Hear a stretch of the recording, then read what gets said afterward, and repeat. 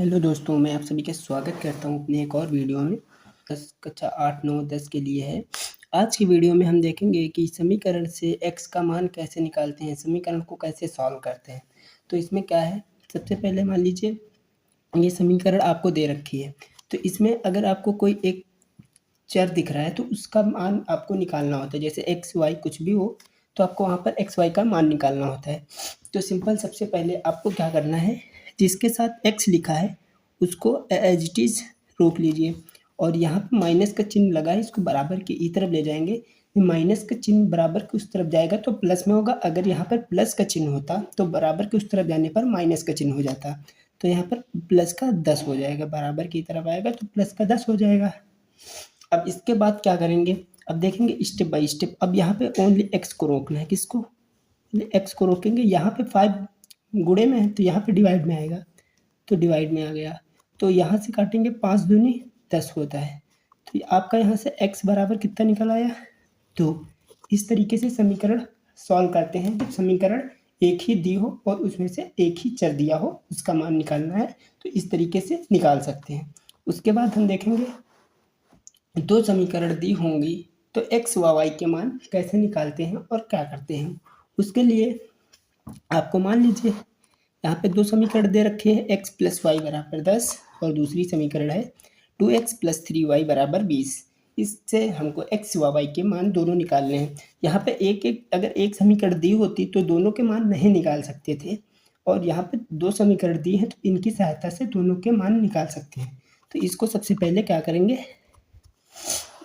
यहाँ पे पहली समीकरण लिखेंगे x प्लस वाई बराबर 10 और दूसरी समीकरण है 2x प्लस 3y बराबर 20। तो इसमें निकालने के लिए सबसे पहले क्या करेंगे, इसको समीकरण एक यहाँ पे लिख दीजिए। समीकरण एक ऊपर वाली है, कोई समीकरण 2 से घटाने पर, तो उससे 2 में घटाने पर इस तरीके से लिखने के बाद यहाँ पे देखेंगे, यहाँ पे प्लस चिन्ह लगा है तो इसका यहाँ पे माइनस, ये प्लस है तो माइनस, ये प्लस है तो माइनस, चिन्ह आपस में बदल जाते हैं घटाने पर। यहाँ पर देखेंगे, लेकिन ऐसे नहीं घटाएंगे क्योंकि यहाँ पर एक को डायरेक्ट काटना होता है। इसमें कैसे काटेंगे, यहाँ पे 2x है, यहाँ पे x है, यहाँ पे y, यहाँ पे 3y। तो इसमें समीकरण को संतुलन करने के लिए यहाँ पर 2 का गुणा कर देंगे, सब में होगा पूरे में। 2 का गुणा यहाँ पे किया, 2 का गुणा यहाँ पे किया, 2 का यहाँ किया तो 10 दूनी 20 हो जाएगा इस तरीके से। तो इस तरीके से 2 का गुणा कर दिया समीकरण एक में। यहाँ पे लिख सकते हैं समीकरण एक में 2 का गुणा करने पर।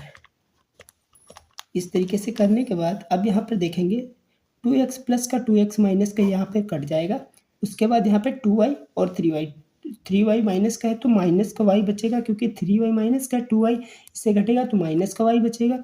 और यहाँ पे 20 से 20 चला गया 0, तो y का मान आपका कितना आ जाएगा 0। अब ये y का मान यहाँ पे लिखिएगा, y का मान समीकरण, अब तुम समीकरण किसी में भी y का मान रख सकते हो, इसमें या इसमें किसी में समीकरण y का मान रख सकते हो। समीकरण y का मान समीकरण एक में रखने पर, मान लीजिए रखने पर, तो समीकरण एक क्या है, x प्लस वाई बराबर 10। तो यहाँ पे x प्लस वाई बराबर 10, तो y का मान कितना हमने निकाला 0 बराबर 10, तो x बराबर कितना आ गया 10। यहाँ पे इस तरीके से समीकरण का x का भी मान निकल आया। अब इसको जांचने के लिए क्या करेंगे कि सही हमारा समीकरण का जो मान निकल कर आया है वो सही है या फिर गलत। तो फिर सबसे पहले समीकरण कोई भी एक उठा लीजिए। मान लीजिए मैंने यहाँ पे x प्लस वाई समीकरण एक ही उठा ली 10।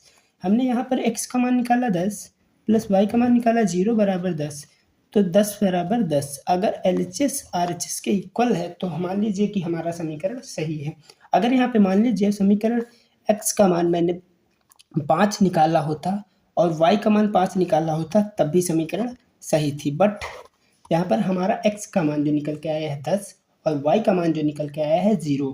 अगर यहाँ पे मान लीजिए x का मान 10 होता, यहाँ पे मान लीजिए x का मान 10 होता और y का मान 5 होता, तो फिर आपका यहाँ पे मान गलत हो जाता, क्योंकि x प्लस वाई, तो यहाँ पे जोड़ेंगे 10 प्लस 5 15 हो जाता, यहाँ पे 10 ही था, तो फिर ये आपका समीकरण का मान गलत हो जाता है। इस तरीके से आपको समीकरण सॉल्व करना है। अब इसमें से बहुत सारी विधियाँ चलती हैं। किस विधि से सॉल्व करना है ये अलग-अलग, ये तो होता है आपका। अभी एक आपको मिलेगी प्रतिस्थापन विधि, उसमें समीकरण को थोड़ा लंबे प्रोसेस से किया जाता है। उस समीकरण को सीखने के लिए आप लोग कमेंट में कीजिएगा, उसके बाद नेक्स्ट वीडियो में उसी टॉपिक पे बनाने वाला हूँ, तो आप लोग कमेंट में ज़रूर बताएं वीडियो कैसी लगी। वीडियो अच्छी लगी तो लाइक करें, चैनल को सब्सक्राइब करें, ताकि नेक्स्ट वीडियो हमारी आने वाली आप तक बहुत जल्दी पहुँचे। और आप लोग फिजिक्स में भी जिस टॉपिक पर वीडियो बनवाना चाहते हैं तो आप लोग कमेंट करके ज़रूर बताएं। Thank you, bye bye.